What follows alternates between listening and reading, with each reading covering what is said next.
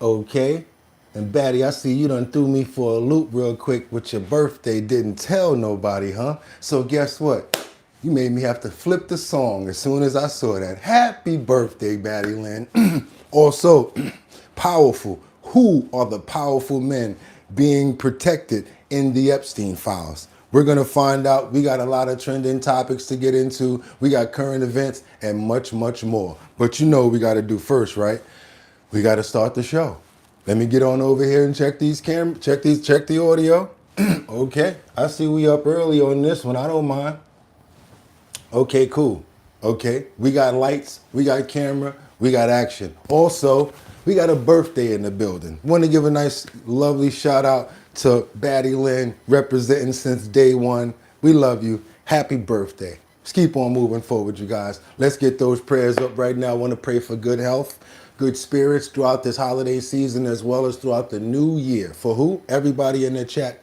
Who we got here in the building? We got Terry Cohn. We got Brian. I see Jeffrey Spilker, Brian Kings, Batty Lynn. Happy birthday. There you go. Jeffrey Spilker, how you doing, my brother? Okay, we got Terry up in the building. I see you, Mark Dorfman. Okay, Tyson, good morning. Good morning, Tyson. Who else we got up in the building? I see, who's that? Kim Miller. Okay, Kim Miller. Everybody's good this morning. Want to give some more stronger shout outs to Kendra Walker. Who else we want to give shout outs to? Want to give a shout out to Liberty and Justice. Also Casey. Everybody who always shows so much love. Sam Champion, Luigi, and much, much more. Amen, you guys. We got a show to start. We're going to get this thing going in one more minute just to make sure we got everything straight over here. Hoping you guys can hear me. I always check the audio 2 times now before I even come on. But again, if you guys hear anything out of place, just let me know, okay? Think we're good, like I said. You know what I'm about to start doing, right? Even though you threw me for a loop, Batty, we're going to flip the song just for you. I'm going to freestyle it. But it's all good. It's all good. I love a challenge. I'm ready to go. They're ready to go.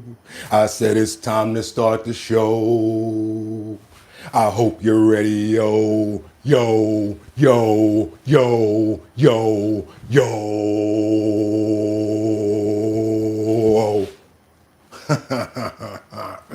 Okay, wind it up, wind it up,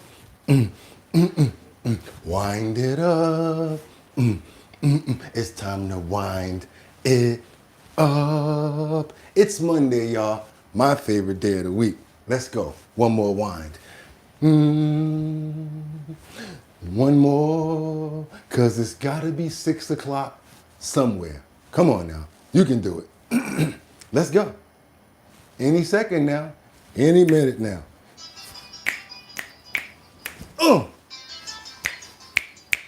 Okay.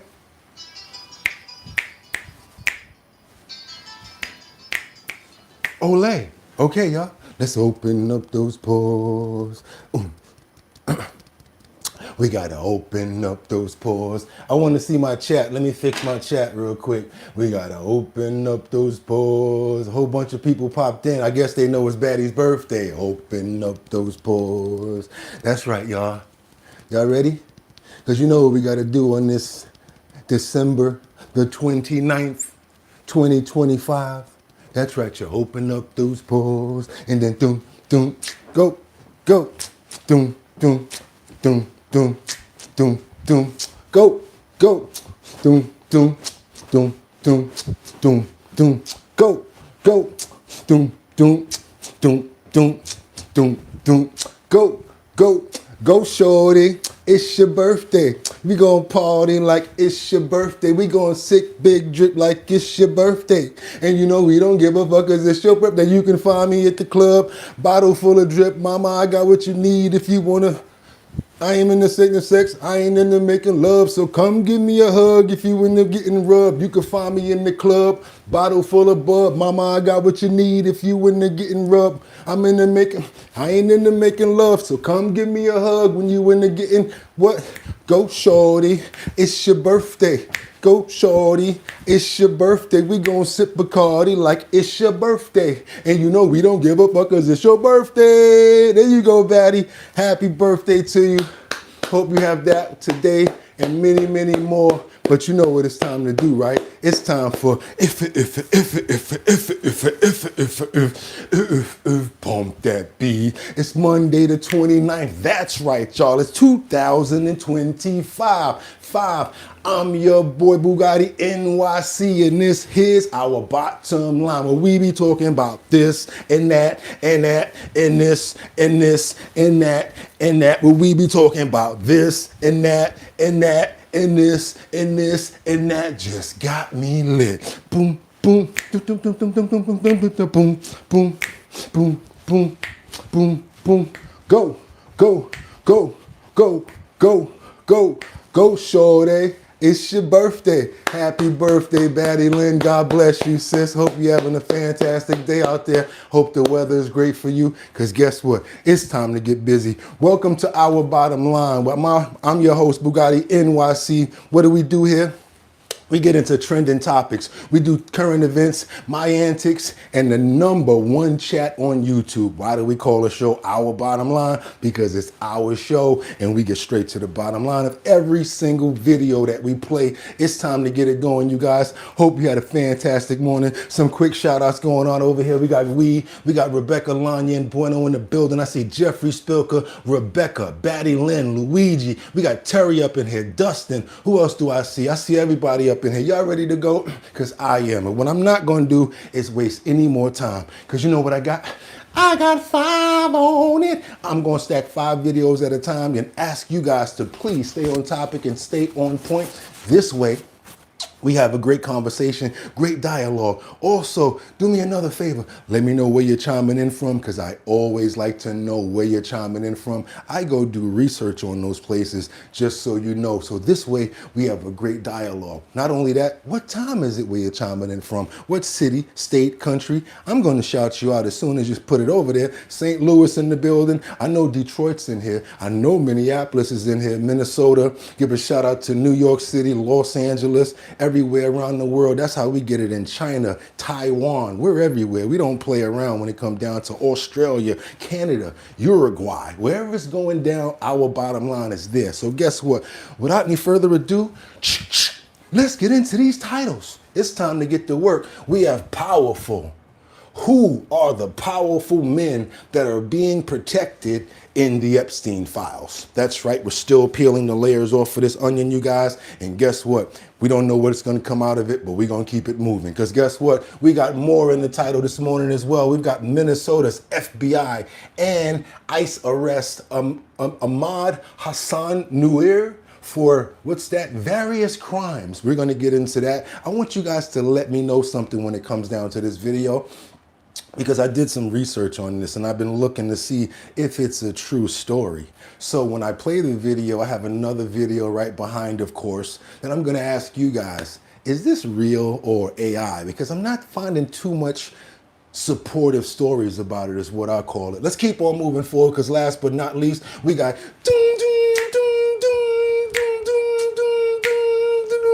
now. What y'all want to do? Want to be ballers? That's right. We got Diddy. He's behind bars, and a former NBA player who was in there with him is reporting the conditions that he was under, what his spirits were like, what he was talking about. But we got all that information and much, much more, you guys. Good morning. It's Monday morning. I hope you got your coffee, your tea, your water, your cocoa, because it's time to get busy, you guys. Let's get into it. We've got the President of the United States, President Donald Trump, talking with the President Volodymyr Zelensky about possible peace and coming to an end when it comes down to the Ukraine and peace war. They're almost at a good percentage where they feel like it may come to an end very soon. Let's let them tell it, and let's get it going, you guys. Good morning. Let's get into it. Good morning, everybody. Let's go. Then we'll speak over the next couple of weeks. We'll speak probably quite a bit, but we'll speak tomorrow. Thank you very much. Appreciate it. Thank you so much, Mr. President. Thank you. Thank you for everything. Dear colleagues, first of all, I would like to thank President Trump for a great meeting at this amazing place in his home in Mar-a-Lago. and we had a really great discussions on all the topics, and we appreciate the progress that was made by American and Ukrainian teams in these recent weeks. Special thanks to Steve Witkoff and Jared Kushner, and thank you to for their engagement and full commitment, and also to our team, and first of all to Rustem Umerov and General Gnatov, Very and to all important our situation teams. here. And we discussed all the aspects of the peace framework, which includes, and we have a great achievements, 20-point peace plan, 90% agreed, and US-Ukraine security guarantees, 100% agreed. US-Europe-Ukraine security guarantees, almost agreed. Military dimension, 100% agreed. So there's certain things that they're agreeing on, and they're telling you the levels of how much they're in agreement. It seems like a lot of points they're in agreement on, except for one point, which I heard was only 20%. Parity plan being finalized, and we also discussed the sequencing of the following actions. And we agree that security guarantees is a key milestone in achieving lasting peace. The security milestone, you're correct about that, because Lord knows if you give us those give up those territories, now you got them in the backyard, and they want to strike strike while they're there, which would be terrible. So they want to put security measures in play so that doesn't happen. And our teams will continue working on all aspects. We also had a joint productive call with European leaders, like President Trump said already, and a lot of leaders, including NATO and the EU. And we agreed that our teams will meet in upcoming weeks to finalize all discussed matters. And we agreed with President Trump that he will. Okay, and of course, how does Vladimir, what is his name? Vladimir, what's his name? The one that's in Russia. Okay, I'm just going to show you how he responded, and this is how he responded to this situation here by launching. Zelensky responded by like this. I'm sorry, not Zelensky. What's his name? Their name is so similar. Help me out on this, guys. Putin. Thank you so much. Who that threw that alley-oop right there?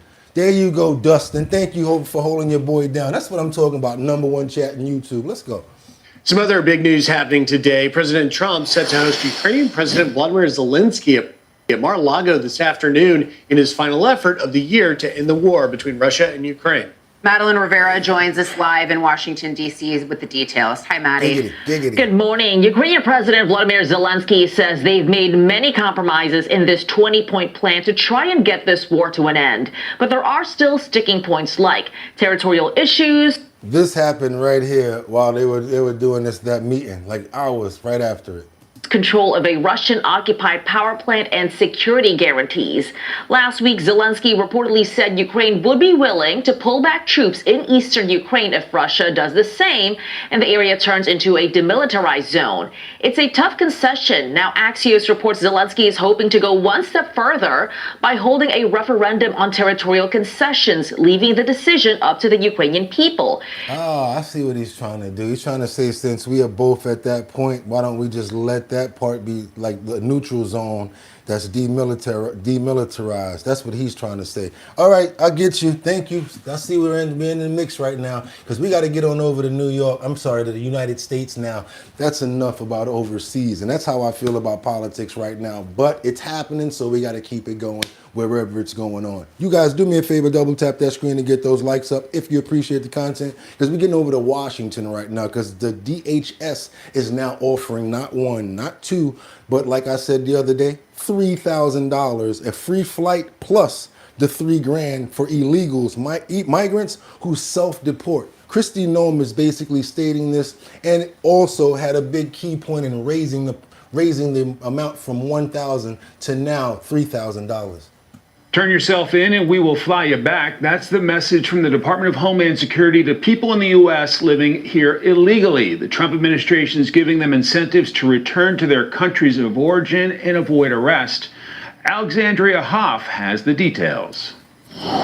The Trump administration wants to help migrants reunite with their families. Homeland Security Secretary Kristi Noem announcing her department is tripling the incentive for illegal aliens to leave voluntarily before the end of the year. We'll buy you a ticket, give you $3,000 to go home, and that includes people that have not been detained, maybe have interacted with us, are detained and don't have criminal charges against them. The holiday incentive comes as the Trump administration increasingly cracks down on those who enter the country illegally. So let's say if you detain right now, you can just be like, you know what, I'll just fly me out of here. I'll give you $3,000 and you still have an opportunity to come back. But if not, once you get locked up, you ain't gonna have no chance to come back.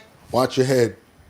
Y'all know what I'm talking about. So it's a decision. I don't know if the $3,000 is enough. Some people may take it, some people may not. What do you guys think? Do you think $3,000 is going to be enough to entice people to go? Because they're probably making much more money here now. And programs allowing people to come to the U.S. legally. After 2 National Guard soldiers were shot in Washington, D.C. by an Afghan national, the White House suspended all active asylum claims. And following last week's shooting at Brown and MIT universities, officials suspended the visa lottery program that allowed that gunman to come to the U.S. We need to do away with the lottery system, not put it on pause, and have an immigration system that, quite frankly, Brian, brings in the best and the brightest. Yeah. Democrats and the courts have pushed back against President Trump's immigration action since he returned to office, and now church officials are even speaking out. People are to be respected and treated with dignity, whether they are documented or undocumented, whether they are here legally or illegally. Congress created the now suspended. See, we got some people in the chat that's not too happy about this situation here. Hey, buddy, don't get mad at the messenger. It's what's going on right now. There you go. We're going to keep on moving forward right now to some Venezuela situations that's happening. Told you guys, the messenger has nothing to do with what's going on in the news. I be asleep at night. I don't be doing this crazy stuff. Straight up and down. All I do is wake up and report the nonsense. So don't get mad at me. Don't be mad at me. Let's keep on going, you guys. We got to get on over to China and Russia because we talked about Venezuela and they're condemning Trump's pressure on Venezuela. Why would they be doing that? Unless they're making profits off of the gains and stuff like that, right? Let's get into it, you guys. Let's see what we got on this deck about this Russia and China condemning the actions of what's going on with Venezuela. President Trump is dialing up the pressure on Venezuela this weekend, aiming to hit them where it really hurts, oil. Now Russia and China are weighing in on the conflict. Madeline Rivera is tracking it all closely here in Washington. Hi, Maddie. Good morning, Mike. Seizing oil tankers is the latest strategy in the Trump administration's campaign against Venezuelan President Nicolas Maduro, whom they see as leading an illegitimate regime. The seizures are on top of the Trump administration's blockade of sanctioned oil tankers going in and out of Venezuela. Altogether, the actions pose a significant threat to one of Maduro's crucial financial lifelines. He has for years relied on these shadow tankers to help him stay in power. The administration maintains the targeting of oil tankers is linked to their anti-drug efforts in the Caribbean. We're also sending a message around the world that the illegal activity that Maduro is participating in cannot stand. He needs to be gone, and that we will stand up for our people. They're using these. Somebody trying to keep their job. Christy out there like, yeah, she ain't playing. Y'all remember about 2 weeks ago, they were talking about replacing her? Now, all you hear is Christy Nome, Christy Nome, Christy Nome. Somebody trying to keep their job. Dollars to funnel and purchase and proliferate drugs around the world that's killing the next generation of Americans.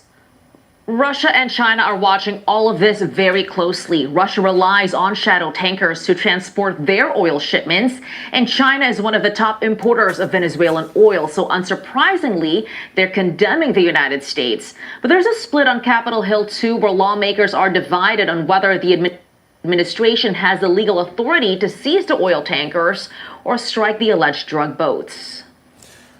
I still think that as more information emerges and as it becomes clearer and clearer that Donald Trump is about regime change, something that has never worked well for the United States. The U.S. It's already like warranted. They've already put warrants out for this, and this is not the only administration that was supposed to take action against this. This is supposed to have been going on for a long time already, you guys, not just now. It's just now being implemented. Trust me. When you know that there's these shadowed oil tanks going back and forth, doing all sorts of crazy sorts of business. I mean, what are you going to do? Either be blind to it, or you're going to take action. Let's keep on moving forward to oh, I'm probably going to get into something for this. I've been really trying to hold back on this fool right here, but I see it's going to be impossible. I've already went through the Costanza effect and that syndrome. Now it's time to just take the gloves off. We're going to get over to, and if I can make it there, I'll make it. Anywhere, it's up to you, New York, New York. And if you can make it in a city with a mayor like Zorhan Mamdani, I gotta tell you guys straight up and down, you're a good one. I'm gonna go ahead and stamp him and give him a name right now. Anybody else wanna go ahead and stamp it with me? That's it. Zorhan Mamdani, gloves are off. It's time to get cracking. Let's go in. Straight up and down. DEI. Again, first we have Throw Up Neck that got the job back, who's now again going to be the head of the Department of the Police. We got Throw Up Face. And now we've got who? Another person who has been appointed in the DEI Howard to be the head of the fire department. She's never been a firefighter, never served one day in a firehouse or had any training to be a firefighter. But she's openly gay and says that her experience as an EMT will be more than enough to head up the department. Let's go, you guys. I don't care because she said it first. I'm just reciting what they said after me. I don't care about all that because I called her whatever she called herself. Yeah, I ain't whatever. Get me for that, but we about to go in because this is crazy.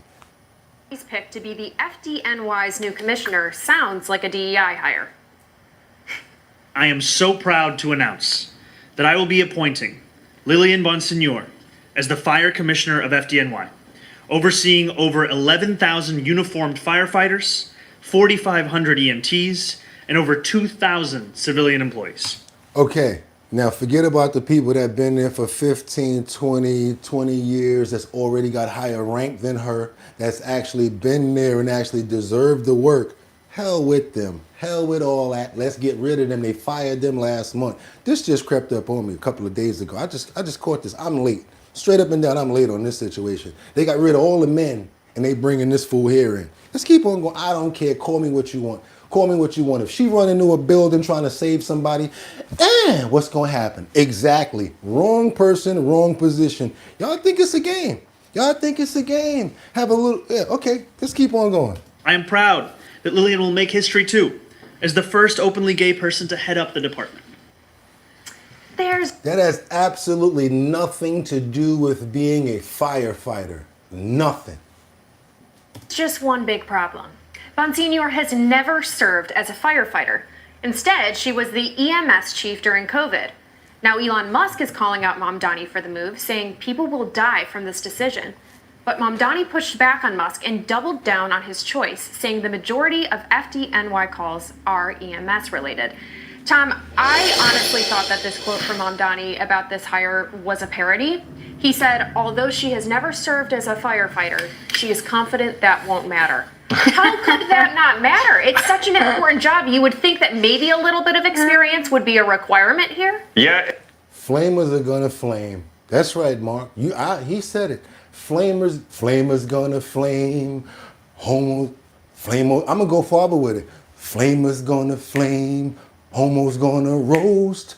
I don't know what's next, but someone's gonna toast because she got that job. Yeah. Thanks for the alley-oop. Yeah, exactly. And was he trying to cover himself there? Because he didn't say, I'm sure she'll do just fine. He said, she's sure she'll do just fine. So we're putting our trust in her. I was just thinking, the people who elected Mamdani, they got here to New York like last June. I mean, it's the youngest New Yorkers. So I was talking about Giuliani on yesterday's show, the transformation of the city under Giuliani. They don't even remember Bloomberg. I was walking behind one of these stupid youngsters from Ohio last week, and they said, oh, you can walk with your, I was listening to them because I'm like that. You damn right. I want to see what type of stupid stuff they're saying. You can walk anywhere in New York and just sit down with your laptop. It's just so nice. Nigga, you can do that anyway. What are you talking about? Right in the back of the head where the cuff is at. Just catch them right there. Oh my God, all these stupid implants, all y'all that don't know what y'all doing, you're ruining the city of New York with all of this stuff that y'all got going on. And you got all these people, oh, I want to go to New York. I want to go to New York. It's nothing like it was, baby. I guarantee you. And I'm not saying that in a way like it can't get better with time and graduate and have more, let's say, great things. No, I'm talking about overall. You get up out of here with people like that, so now they want to make sure you ain't getting no help when it come down to the police. You ain't getting no help in the train, and now your ass gonna roast in the crib if it's set on fire, if you got people like this that's running the show. But the good thing about it, the only good thing about it is I trust my local firehouses and my local fire department and my local firemen because they have the damn experience. It's a damn shame what y'all doing out here. All of these stupid transplants that think that they know what they're doing in our city. Man. So they came into a city that was badly run, and they had the Roosevelt Hotel taken over by migrants. And now Mamdani's going to come in. So how are they going to know? You know, I know he's not going to improve the city. How bad can it get? Will they notice? Not if they're continuing to get free stuff, which is why they voted for Mamdani in the first place. Tommy, I see this as not just a resurgence of DEI. I don't think that DEI ever went away. Even after November's election results, you know, many of us thought, oh, well. So what I'm gonna tell you guys right now, and I'm glad this is happening right now in New York. I'm grateful that this is happening now in New York. You know why? Because guess what? This is a small scale of what's gonna happen, and I'm going there if Democrats get back into office. They want every single thing besides the stuff that he's talking about with the free rent and stuff like that. They want all of that stuff, and he's a Democrat. Running under them because they empowering him. And guess what, you guys? I'm not a Republican, not an independent, not a Democrat. So don't say, oh, he's a Republican, so that's why he said that. Nope.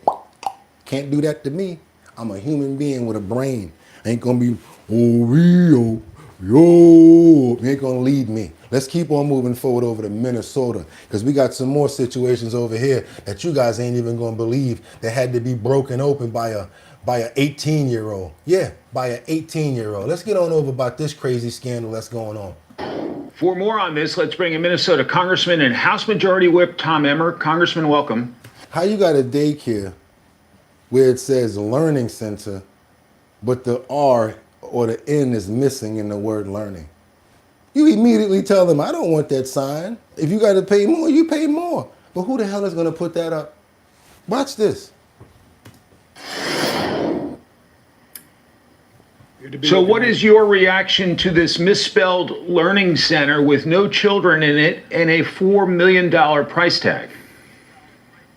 Well, it's amazing to me that a 23-year-old journalist, a YouTuber, who's now got over 80 million views on this thing, found more in a matter of hours than Tim Walz and Keith Ellis. Say his name. I know you talking about. You talking about Nick Shirley. That's that boy. He be out there going in the field with his mother. His mother is his camera person sometime. Got to give him props. Say his name, Nick Shirley. And our attorney general have found in 7 years, Mike. I got to tell you, we've known in Minnesota about the daycare fraud for a decade. Keith Ellison is our current attorney general. His predecessor, Lori Swanson. Hey, y'all, zoom in on the sign real quick before they take it away. Zoom in on the highlighted sign right quick. Down here it's right there. Up there it's right there. What the hell is a leering center? I mean, I'm sure you can leer at someone, but I don't think that that's the place that you want your kids to go to learn. Or leering, and they still spell that wrong. What's that supposed to be for Lear jets? That's still spelled wrong because Lear is spelled L-E-E-R. So what the hell is going on here? Let's go, y'all. Was actually investigating the daycare fraud and prosecuting back in 2017 and 18. As soon as Ellison became the attorney general and Walz became the governor, all of that stopped. And now you see the result. Billions of dollars. Quality Leering Center. I'm surprised they got quality right. Has been alleged that they have fraudulently built out of Minnesota. There was a housing stabilization program that was created in 2020. It's through the Medicaid program, a different one other than daycare. they spent $161 million. It was estimated it was going to be $2 million a year, Mike. From 2020 until they shut it down in October, it was $161 million. Damn. This daycare fraud, there's one woman in particular who created a fake daycare and built $14 million on her own. This thing is huge. Tim Walz is absolutely singing a false song when he says that Republicans are doing this. He has not done anything to prosecute or investigate fraud. I'm going to tell you, this Kash Patel put out that they're investigating this. They've got a whole bunch of pending people that could be indicted.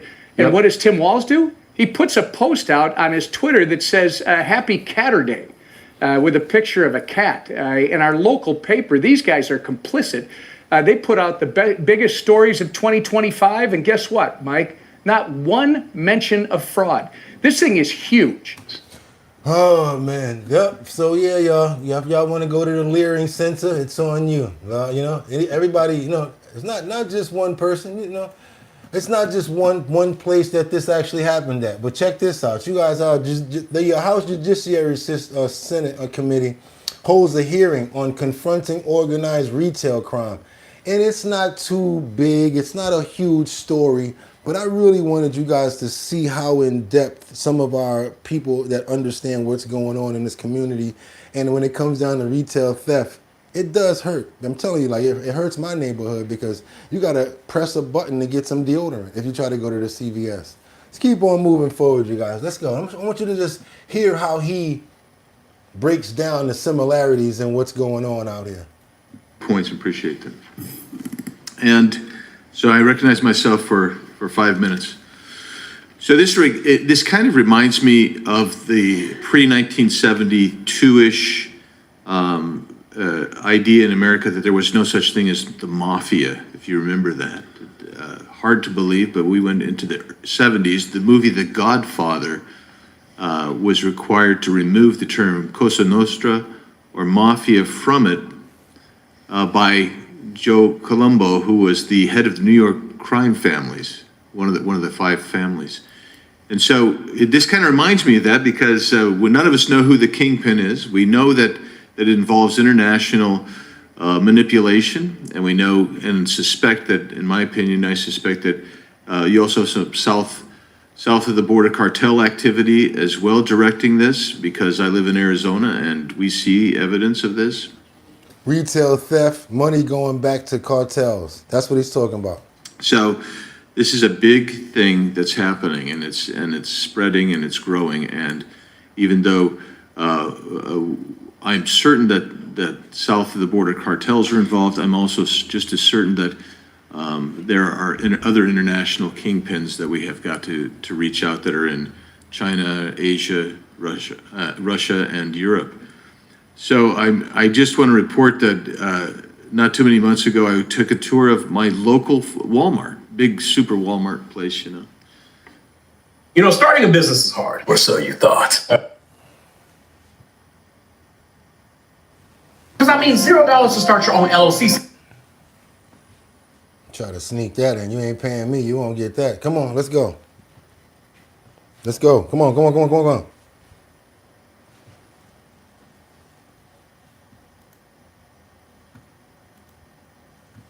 Damn, I wanted him to finish. That damn commercial threw me off. Points, appreciate that. Arizona, and we see evidence of this. So this is a big thing that's happening, and it's spreading and it's growing. And even though I'm certain that south of the border cartels are involved, I'm also just as certain that there are other international kingpins that we have got to reach out that are in China, Asia, Russia, and Europe.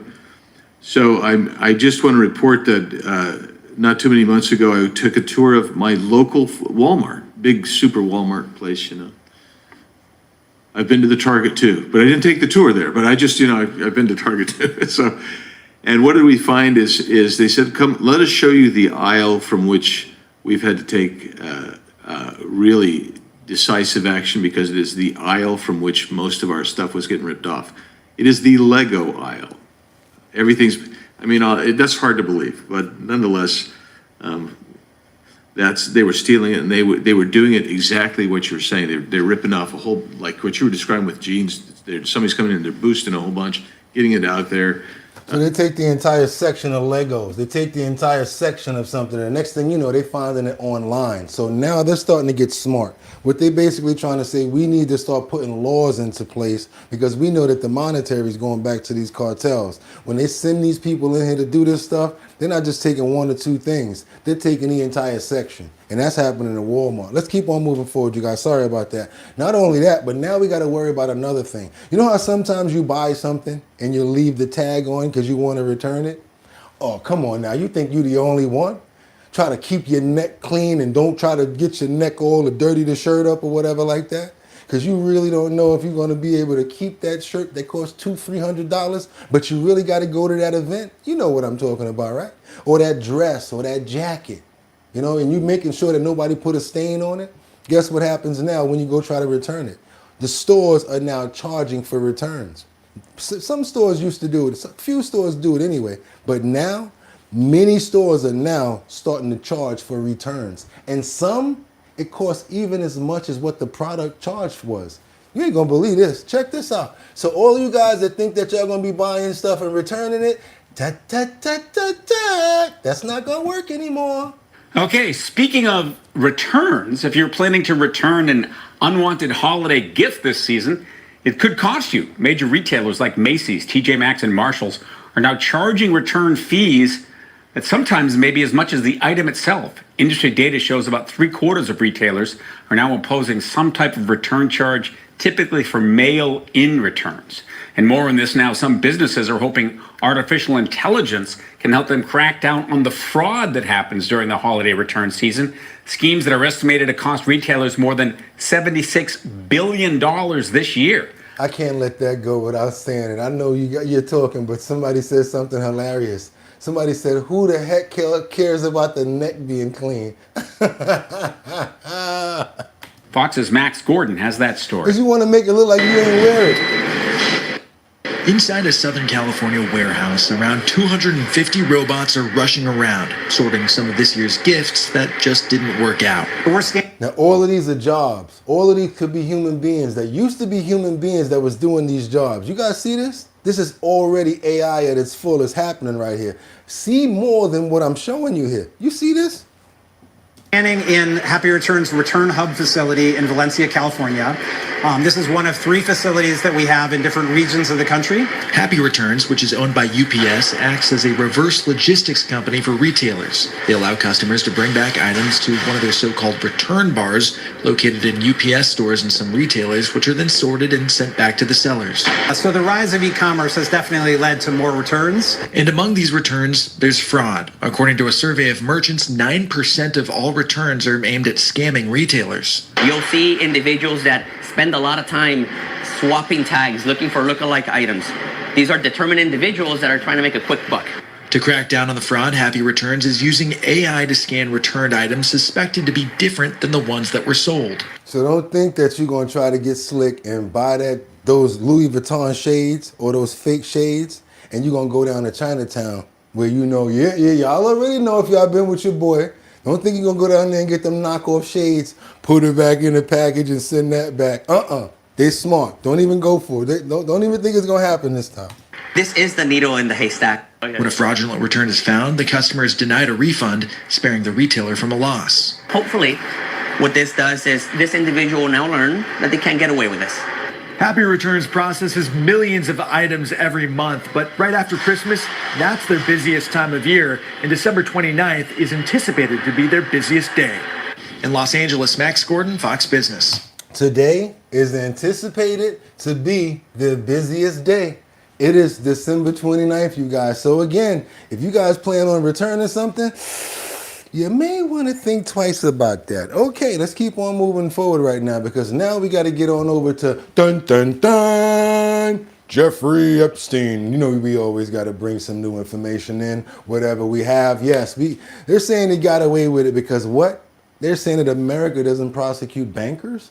Hey, I don't want to say nothing too much about this, especially when I got some dough in the bank. Let me let them tell it. Let me let them tell it. I don't want it to be me. Larry Summers is the former president of Harvard who served as both Clinton's and Obama's top economic advisor. He, Larry Summers, was personally responsible for pushing Bill Clinton into repealing the Glass-Steagall Act, a New Deal era law that prevented commercial banks from securitizing mortgages that could then be traded on Wall Street. Now, it's settled economic law that Clinton's repeal of Glass-Steagall eventually led to the financial collapse of 2008. Wow. Glass-Steagall was repealed in 2000 while Clinton was on his way out. The guardrails disappeared. Wall Street, the mortgage market, totally unregulated because of this. 8 years later, capitalism died. So Larry Summers, we can thank him for this. He became a close friend of Epstein's, and emails released by the Epstein estate show Larry Summers seeking advice from the pedophile on how to cheat on his own wife. So yeah, this guy here emails back and forth with Jeffrey Epstein on how can I, yeah, you heard what he said. Maybe he was telling somebody else, Mr. Gates, the same thing. I don't know. Let me not speculate. Allegedly. Let's go. Who Larry Summers is still married to. Summers, after those emails were released about a month ago, he immediately stepped away from public life, but he refuses to say he did anything illegal and insists he was unaware of Jeffrey Epstein's crimes. Well, you became friends with him after he was convicted in Palm Beach. The Harvard Crimson reporting that newly released FBI files from the Epstein files show that in 2014, a draft of Jeffrey Epstein's will shows Larry Summers to be the executor. According to the files, Epstein would often name an executor and then replace them. According to the files, a total of 8 people at one time were named an executor of Epstein's estate, like a drummer for Spinal Tap. But Larry Summers at one time was listed as the executor for Jeffrey Epstein's multi-million-dollar estate. So I like to show that because of the correlation in the relationships of these people, to show you who may have been the powerful people that they're trying to hide. Now we got his name, what's that, Larry Summers? Let's keep on moving forward now. Now we did that already. We done got into all that already. Let's get on, let's keep on moving with this. Cause yeah, we gotta get on to the royal family. You guys see what's going on, right? Right behind me. I have to squeeze that screen in a little bit. We got the royal family that's talking the truth, a little bit of truth about Prince Andrew as he's going through his current exile. As you know, Prince Andrew has been known to affiliate with the pedophile Jeffrey Epstein, as well as to procure minors from allegedly Ghislaine Maxwell. That's the reason why he's been exiled from the family, and he was not there for the royals' Christmas event. Let's get into it, you guys. So yeah, Britain's King Charles leads the royal family to great well wishes after their traditional Christmas church service. As you can see, this is them actually live. I wanted to show them actually moving instead of just a video, even though it's a small section of screen. Charles' brother Andrew was notably absent after being stripped of his titles over the ties to Jeffrey Epstein.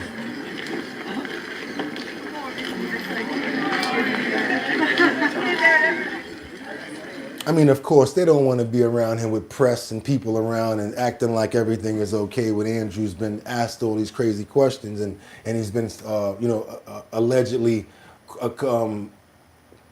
saying that he did all of these crazy crimes and stuff. Andrew's daughters were there. So Princesses Beatrice and Eugenie attended the service. So now, as you guys remember, 2 months ago, King Charles said, look, you guys can still have your royal titles, but you got to sever ties when it comes down to certain situations with your dad and your mom because of things like this. Can't be seen with them. I don't think it's a good look. And he did it to himself. And if I were Andrew, I wouldn't want my children to be subjected to things that I did wrong. So yeah, it's a little bit. We have some gaggle. We have some information on it as well from the actual from press that talks about it. Let's go into it. Sandringham to celebrate Christmas. However, one person is notable by their absence. Andrew Mountbatten Windsor, formerly Prince Andrew, is under increased pressure following the release of more Epstein files. As the world has been poised to see these files, no doubt the royal family has been anxiously waiting too. More than 11,000 in the latest release, this time including documents that pile even more pressure on Andrew Mountbatten Windsor. Email exchanges released from the US authorities show 2 attempts to interview Andrew as a witness. In January 2020, they emailed Gary Bloxham, Andrew's solicitor, to arrange a voluntary interview in relation to their investigation into Jeffrey Epstein. In April that year, they then requested mutual legal assistance, asking to meet in relation to his associations with the Canadian millionaire and convicted sex offender Peter Nygard. Today. So now we got different situations and different claims that were being made against Andrew months ago, but he was neglecting and not following up when it came down to these questions. Andrew, we can just call it, he's one of the 10. He is one of the 10 powerful men which the DOJ wanted to interview. We can see that now from proof.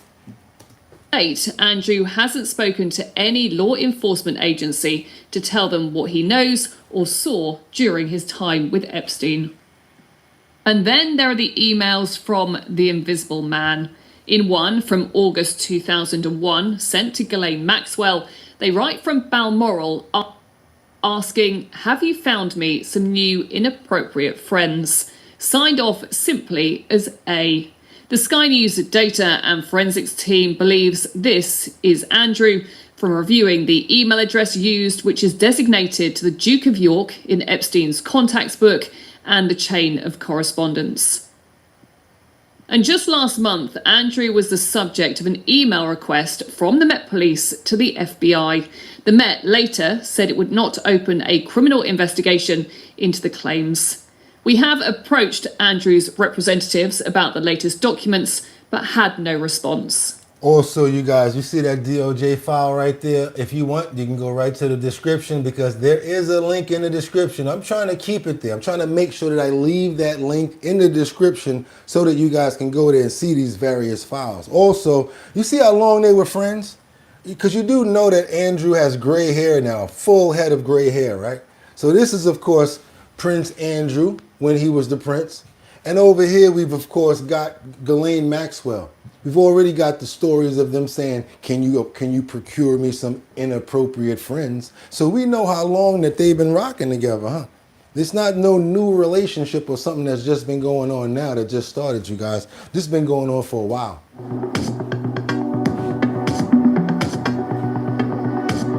One of the survivors of dead convicted child sex offender Jeffrey Epstein is now demanding accountability from one of the most powerful men ever linked to the scandal.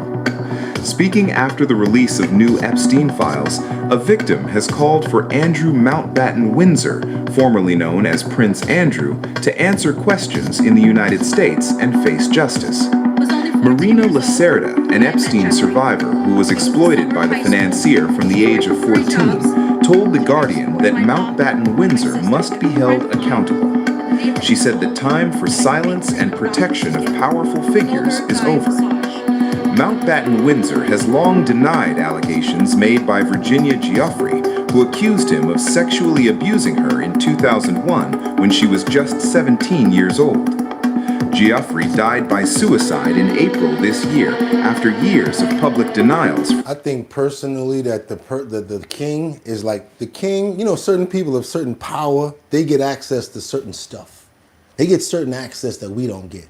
You don't think that they stepped to the king months ago, years ago, like, look what we got on Andrew. Look at all this stuff they got on Andrew. And he's like, yeah, we're going to have to get rid of him because it's going to disgrace the royal family. I'm telling you. From the former royal.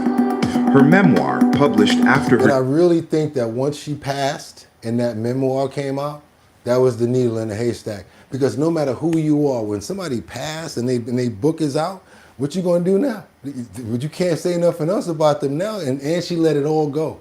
And his name is in there, straight up.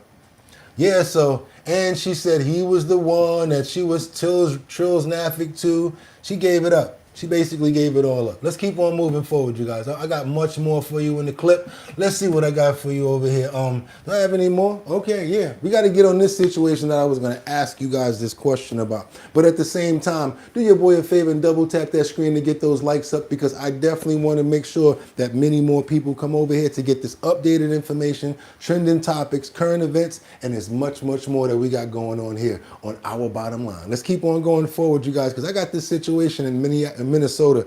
This is the one that I told you I was going to ask you the question about. I want to know, in Minnesota, there's Ahmad Hassan, New Year arrested on college campus video search results. Is there anybody here or anybody that heard about this story? I want to know if it's real. I wanted to put it up, just trying to make sure, because if it is, this is crazy. I just can't believe something like this is going on. America's college campuses are supposed to be safe havens for learning, places where futures are built. University of Minnesota, Minneapolis. 87 kilograms of fentanyl, 240 kilograms of heroin, $2.3 million. Okay, I'm gonna let you go and get your commercial up, but I want anybody that knows anything about this in Minnesota. Is this real? Is this something that really actually happened? Because I don't see any other news about it. So I said, you know what, I'm gonna put it up and ask the co-host if they know anything about it. Because I definitely want to know if you guys know anything about the situation here. So let's go. Yes. $1 in cash, hidden inside a campus apartment complex just 400 yards from freshman dormitories. But this wasn't just a drug bust. This was a political firestorm, because one of the suspects detained, a distant relative of Congresswoman Ilhan Omar. And the video that sparked the raid, a social media threat showing guns and a promise. ICE comes here, we light them up. Within hours, it became a national crisis. Trump called it proof of immigration failure. Democrats called it racial profiling. The media called it a scandal. But buried beneath the politics was a horrifying truth. A multi-state heroin and fentanyl empire had been operating on a college campus for 3 years. And on this morning, 31 federal agents were about to tear it down. 4 hours, 3:15 a.m. ICE Special Agent Marcus Webb sat in an unmarked van 2 blocks from Riverside Plaza. So then I'm like, okay, let's see if we can find any more on this, because that could all be AI right there. Like, I don't know. And then we get to this, what's this, the military antenna, and then unless they affiliated with this situation, they dropping this. America's college campuses are supposed to be safe havens for let learning, me know, you guys. places Let me where know. futures Let me are know. built. University of Minnesota, Minneapolis. 87 kilograms of fentanyl, 240 kilograms of heroin, $2.3 million in cash, hidden inside a campus apartment. Yeah, because guess what? That's the same voice and the same everything. But guess what? You know what I like about this situation, you guys? We can almost determine what's real and what's AI. And I'm going to just put it out there like that. I'm not making up no claims. I'm not going to say anything about, oh, I'm going to fight for it to be real. No, I brought it to the table and I asked you guys, do you think this is real? Because I don't know. And a lot of you guys are smarter than me, so I'd rather ask you guys. Let's get on over to Michigan. I know this is real. We got this former Battle Creek CEO that's been arraigned for nonprofits when he stole money from a food and a welfare program. We know that this one is real. And yes, it's another whole different part of Michigan, Battle Creek. Let's get it, y'all. The accusations are mounting tonight against the former CEO of a Battle Creek nonprofit. Damon Brown ran Rise Corps, an organization to help troubled youth, but he's now charged with more than a dozen crimes related to guns and money. News Channel 3's Colin Roos is in Calhoun County to explain those allegations. Can't teach an old dog new tricks. Check this out. Brown was first charged with welfare fraud here at the Justice Center on Tuesday. Now he's pleaded not guilty in 2 more cases against him. One involves accusations of financial crimes at his nonprofit, and in the other, he's accused of possessing a stolen firearm. Battle Creek police say they've been investigating Damon Brown for years. Investigators say a search warrant served Monday turned up documents and devices connected to alleged financial fraud and a loaded gun. Brown's now in the Calhoun County Jail on numerous felony charges in 3 separate cases. The first one has to do with allegations that he requested state assistance. The second set of charges appears to be related to running a nonprofit. And the third has to do with being in possession of a firearm. In the first case, Brown is accused of lying about his income from 2020 to 2024 to steal food assistance money from the state of Michigan. In the second, prosecutors say Brown ran a criminal enterprise, including money laundering and embezzlement. In this case, the allegation is he did numerous acts as part of the same scheming plan. Brown has 3 prior felony convictions, including fleeing and eluding and possession of a controlled substance. I bet you Brown wished that was AI. That's that situation right there that I told you guys. Once you in cuffs and you like this, and you like watch your head, and you in the car looking around, you see the pizza shop, you see the Chinese restaurant, and anybody out there, you like, damn, I wish I was you right now. I wish I was you. Yeah, man. Ain't worth it. I bet you it wasn't even a lot of money. I guarantee you, wasn't even probably over $60,000. Is it worth it? No, because ain't none of that worth me being for 5 minutes like this. CO! I'm good. No, thank you. Let's keep on moving forward, you guys. We got to get over to this former Sanford police officer who's been jailed for fraud. And he schemed his own captain. I'm talking about it came close to home where the captain is crying, y'all. He feel personal about this one. Do your boy a favor and double tap that screen to get those likes up. This one right here, this is another one that's close to home. Check this out. Officer finds himself on the wrong side of the cuffs. Orlando, let's go. He chose day in and day out to lie, cheat, and steal from this community. Accused of stealing your money for months. I can't tell you how up I am. He is pissed. We begin with that breaking news in Sanford today. An officer is arrested. Imagine you recommending somebody for jobs and positions and they stealing. And then fired, accused of stealing tens of thousands of taxpayer dollars. Thanks for joining us. I'm John Brown. Good evening. I'm Luann Sorrell. The police chief says for nearly a year, this officer funneled funds right into his own pocket. Today, former officer Ronnie Neal exchanged his uniform for a yellow jail jumpsuit and faced a judge. Fox 35's Chris Lindsay is live in Sanford tonight. So, Chris, the chief considered Neal his friend. Yes, the chief is heartbroken tonight because he's known him for years and trusted him enough to put him in multiple leadership positions. Today, he received a bond, so he could walk through those doors at any moment. If and when he does, he'll face an uphill legal battle, looking at dozens of charges. Damn. Sanford Police Chief Cecil Smith on the verge of tears.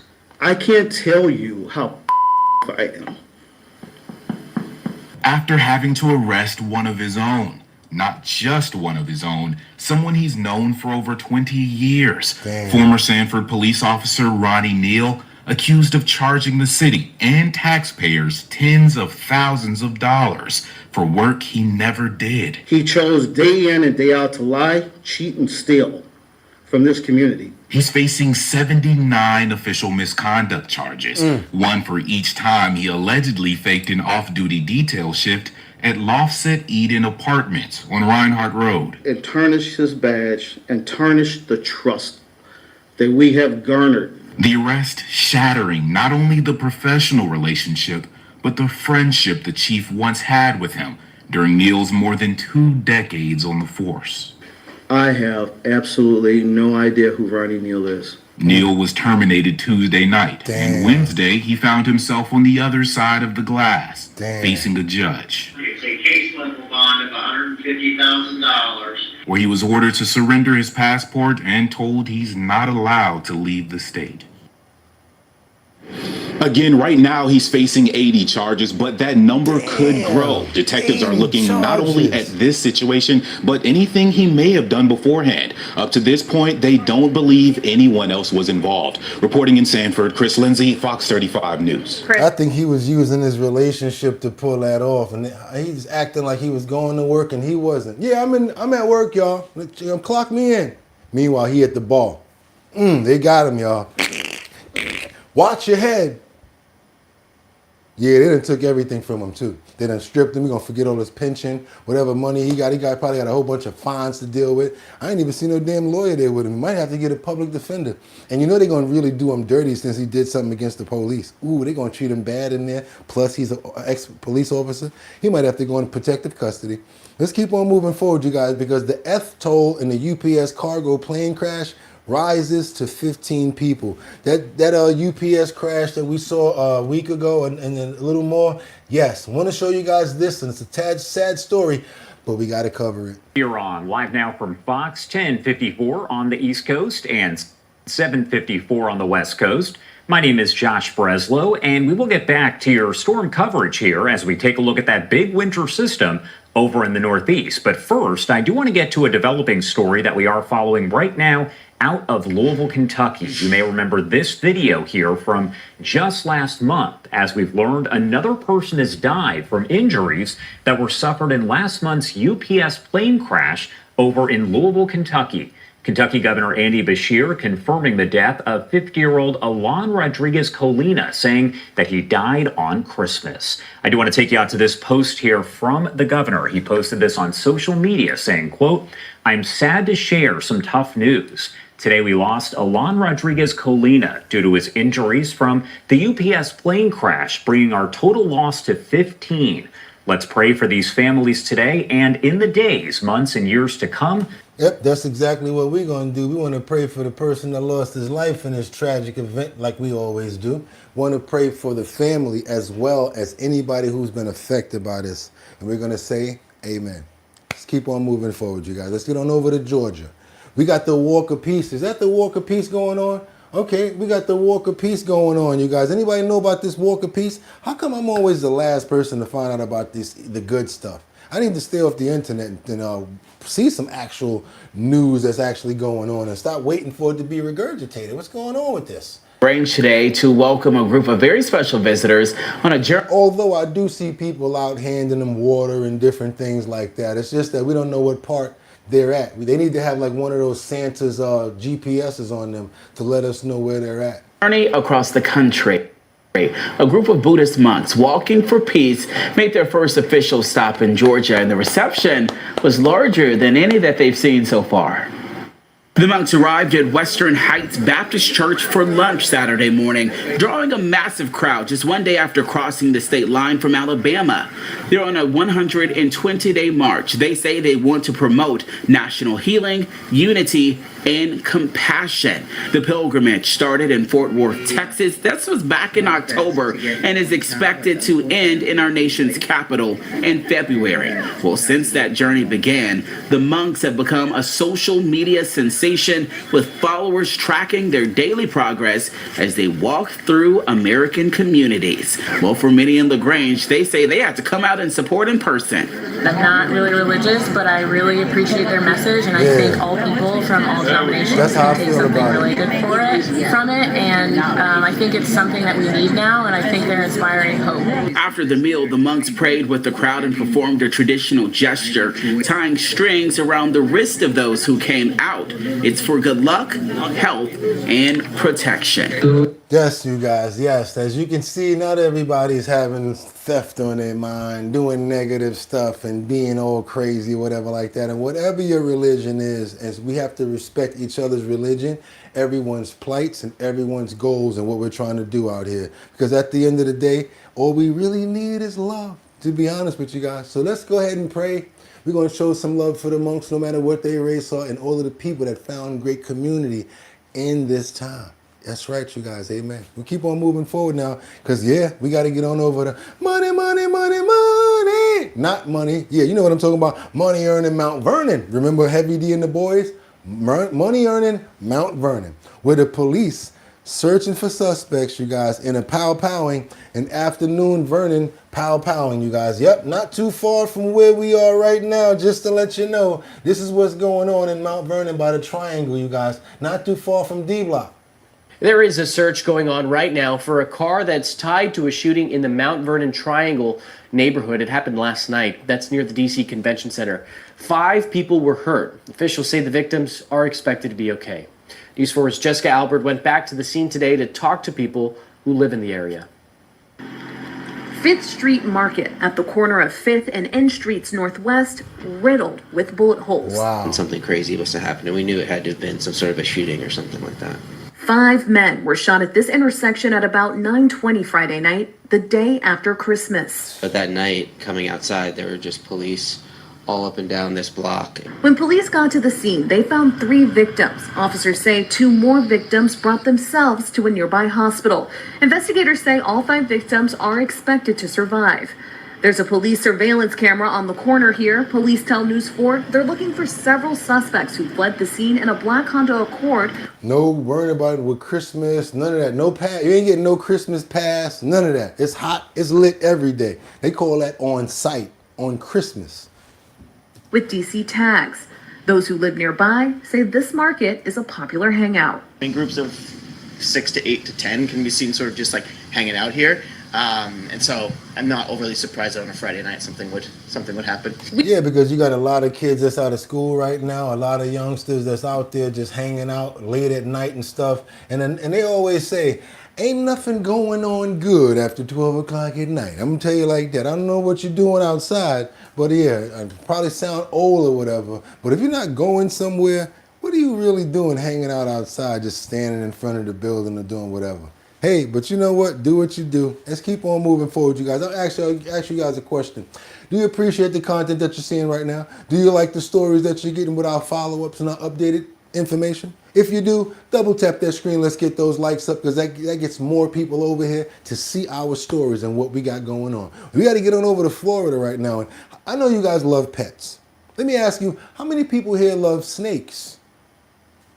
How many people love reptiles? Do you guys actually like, I know you love dogs. I see you guys love bears. I see you guys like making the doe eyes at the reindeer and all of that. But how many animal lovers here like snakes?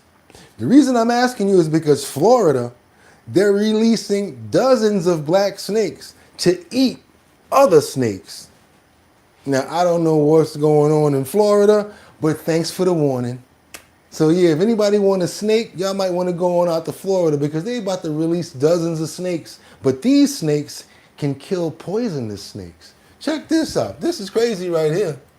Is a dog-eat-dog world, but in this case, we're talking about snakes. Dozens of snakes were released into the wild in North Florida to eat other invasive snakes. Yeah, okay, the ones that were set free were raised in Lake County and then brought up there.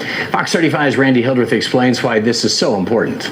More snakes. It's a phrase that may make some shudder, but local biologists say it's necessary. Working to help balance that ecosystem back out by reintroducing the eastern indigo snake. This is the 9th year state agencies have released eastern indigo snakes back into the wild in the Florida Panhandle. Those 42 snakes were bred and hatched right here in Central Florida at the Orion Center for Indigo Conservation in Eustis. This year's batch was the most released at one time. Indigo snake is a large natural predator for a lot of animals in the areas where they live. They eat anything that moves in front of them pretty much, including birds, small rodents, even other snakes, including venomous snakes. So they help to balance the ecosystems. U.S. Fish and Wildlife listed the snakes as an endangered species back in 1978. Over the years, they've been killed or driven out as homes and roads were built. Suffered decline mainly due to habitat destruction. Efforts to bring back the population appears to be working. Staff at the center showed us snake eggs they are carefully monitoring for future releases and say in the last few years, snakes have started to reproduce in the wild. In 2023, we found 2 hatchling eastern indigo snakes that were produced by animals that we released there on site. And so that actually helps to tell us that those animals are surviving, that they're finding each other, they're reproducing successfully, and potentially going to form a self-sustaining population. Snakes are also released in South Alabama. Staff say they want to increase the number of snakes they raise and eventually expand the number of areas where the snakes are released. Oh, hell no. As long as you don't bring them nowhere near me, I am good. That's one time you appreciate living in the city. Let me tell you something. If you see a snake in the city, you bet the whole ASS up out of here, boy, because you already know that snake done been through something. I'm good, no thank you. They see that big black snake that she got in her hand, talking about, oh yeah, well the habitat, and they have to, man, listen, I'm good. I'll deal with the dogs, the cats, all of that, and all the people in the chat that's like, yeah, I like snakes. Go on, y'all. Y'all can play with the snake. Milk snake, that's good. Batty Lynn, increased snakes, bull, exactly. Hell no, I'm good. What? Talking about it kills small rodents and birds. I don't want the damn thing to kill nobody. I love birds. Get rid of the snake. Let the birds stay and get rid of the snake. I don't know what's on their mind in Alabama. But all right, let's get on over to Cleveland. Because we got this multi-state fraud investigation with this man who was using this phone to buy multiple gift cards. And he was racking up, y'all. Y'all ain't gonna believe this one. He was getting paid. He was out here like, doom, doom. Just got paid Friday night. Check this out. This dude was getting paid. At home, a quick-thinking clerk at a local gas station led police to a multi-state fraud investigation. Westlake police say a man was using stolen credit card numbers on his phone to buy gift cards. The scheme was so sophisticated, Homeland Security is involved. Tessa DeTiro joins us in studio this morning with details on how police found this suspect. Good morning, Tessa. Good morning, Tiffany. So police in Westlake got a tip in November from a clerk at the Speedway on Bradley in Detroit. That clerk noticed a man trying to buy multiple gift cards using tap to pay on his phone. And what caught the clerk's attention? The man just kept swiping through dozens of cards. Some got accepted, some were declined, until he was able to purchase a Macy's gift card. Push that window, dude. This is body-worn camera footage of Westlake police serving a search warrant at a home on East 47th Street in Cleveland. Police! When you hear somebody knock on your door like that, you like, damn. When you hear that, boom, boom, boom, boom, boom, boom, boom, you like, fuck. No matter where you at, you in the bed, you get up like Frankenstein. I'm telling you, yeah. Department! Search warrant! Inside the home, they tracked down this man, 38-year-old Chang Shu, who is now in the Westlake jail on felony identity fraud charges. When they executed the search warrant, they got inside. There were multiple people in the house, multiple computers going, and all of them had, you know that when you look at your computer, it has different windows open.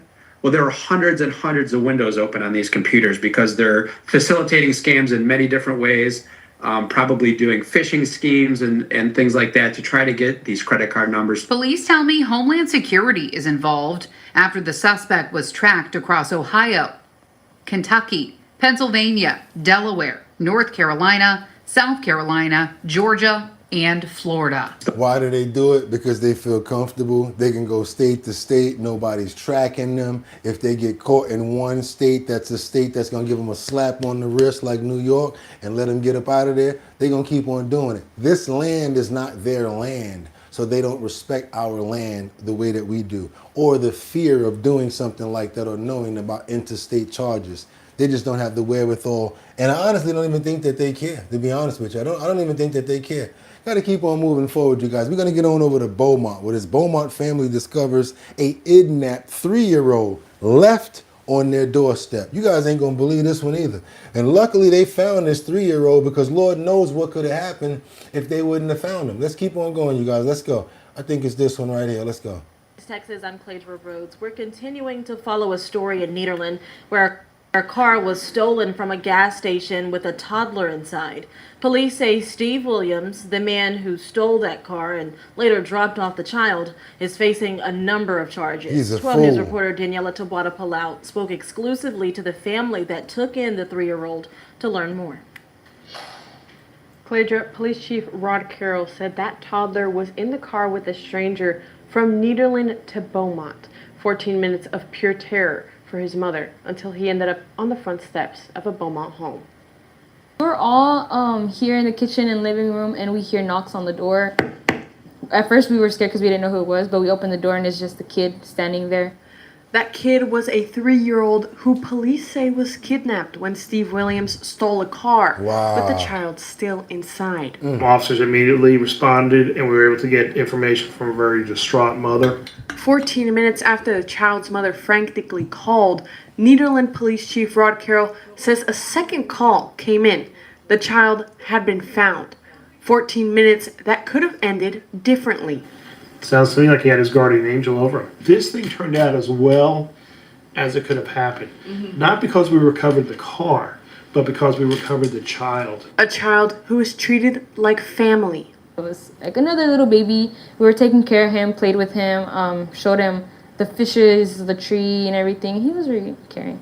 A child who was taken out of the cold and into a warm home. Lucky. He didn't seem scared. Lucky. Like honestly, I thought he would be like, crying, but he was okay. 12 News Chief Meteorologist Patrick Vaughn. See what he didn't realize that child was in the back of that car, and he ain't want to get in no extra trouble for having that child in that car with him, because he knew that kidnapping charge was gonna go along with whatever he did. Let's keep on going with this story right here. We got these illegal immigrants on expired visas that's accused of scamming a Fairhope couple out of more than $200,000. Y'all don't get caught up in those schemes like this, I hope.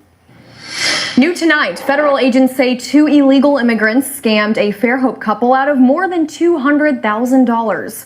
Investigators say Pradeep Patel from India and Saurav Sharma from Nepal told the couple someone was hacking their bank account and they needed to put all their money into a Bitcoin account and even buy gold. Sharma and Patel are now charged with conspiring to commit mail fraud. Our Natalie Williamson joins us live in the studio with the late reporting tonight. And Natalie, the feds say this all started after the victim got a notification on her iPad. That's right, Ashlyn, and according to a criminal complaint, Sharma and Patel worked together to defraud the couple. The feds even say Patel and Sharma came to Baldwin County and met the couple face to face. Tonight, federal agents say 2 illegal immigrants on expired visas are now charged after they scammed a Fairhope couple. According to these court documents, Pradeep Patel, who is from India, and Saurav Sharma. Again, they're not from here. They're going to get a slap on the wrist. But you let them do something like that in India, they're going to be like this. They're going to be like, yeah, where your other hand at? Yeah, where your other hand at? Because they don't play around where they from. Just like in those other countries, like Cuba, all those other countries, they don't have regular police. They got these dudes walking around with AK-47s and big old pistols this long. So they're not going to run up on them and do nothing stupid. Only in America. They're going to just come over here and run rampant and do whatever they want to do and get this. Hey, stop doing that. Stop doing that. And then you can go to another state and start all over again because they don't care. It's a whole new experience to them. It's free money. From Nepal, convinced a couple to buy gold bars to protect their bank account from hackers. All of this unfolding in August, when investigators say the victim got a pop-up message on her iPad saying her Apple account was compromised and to call someone named Scott Gibson to fix the issue. Court documents say when the woman called, she was transferred to someone named Robin Stahl, who claimed to be from her bank. Stahl then told the victim hackers were trying to steal over $12,000 from her account. In order to protect her account, federal agents say Stahl told the woman to take out the money and put it into a Bitcoin machine. Investigators say the victim and her husband went to multiple locations in Fairhope to complete the transactions. Authorities say Stahl then told the couple not to tell their bank branch about this because the hacker was an insider at the location. Wow. Now, if y'all fall for something as stupid as that, how the hell did you acquire $200,000? Lord have mercy. But I guess they had a good story. You guys watch out for your grand aunties, all your older people that you know that could get caught up in situations like this. Because I don't know. I don't believe it. Terry, what Terry said, I don't remember the beginning. I remember the ass whooping. Okay, I ain't mad at you. Keep on moving forward, you guys. Let's go. We got to get on over to Pennsylvania. We got a man who pow-pows at a woman and a dog. And that's the reason why I wanted to bring this up, because we don't play when it comes down to our four-legged family members. And I don't appreciate you too much powering at no dog. So I want to see what happened to him. Tonight, a man is in custody and a woman is recovering after police say a call for an assault in progress on Center Avenue in Shadyside led to shots being fired by officers and a suspect. Police say no people were hurt by the gunfire, but the victim's dog was hit and is being treated. KDKA's Ricky Sayer is in Shadyside, where he spoke with a witness. This witness described in vivid detail what happened. He said this woman was fighting for her life, that she wrapped her dog's leash around her arm and around this pole to prevent this man from pulling her into the apartments. Whoa. Now, the official info we have largely comes from Allegheny County Police. They are investigating and they say the following, that Pittsburgh police were called here to an assault in progress around 4. Police say they found a man threatening a woman and her dog with a gun.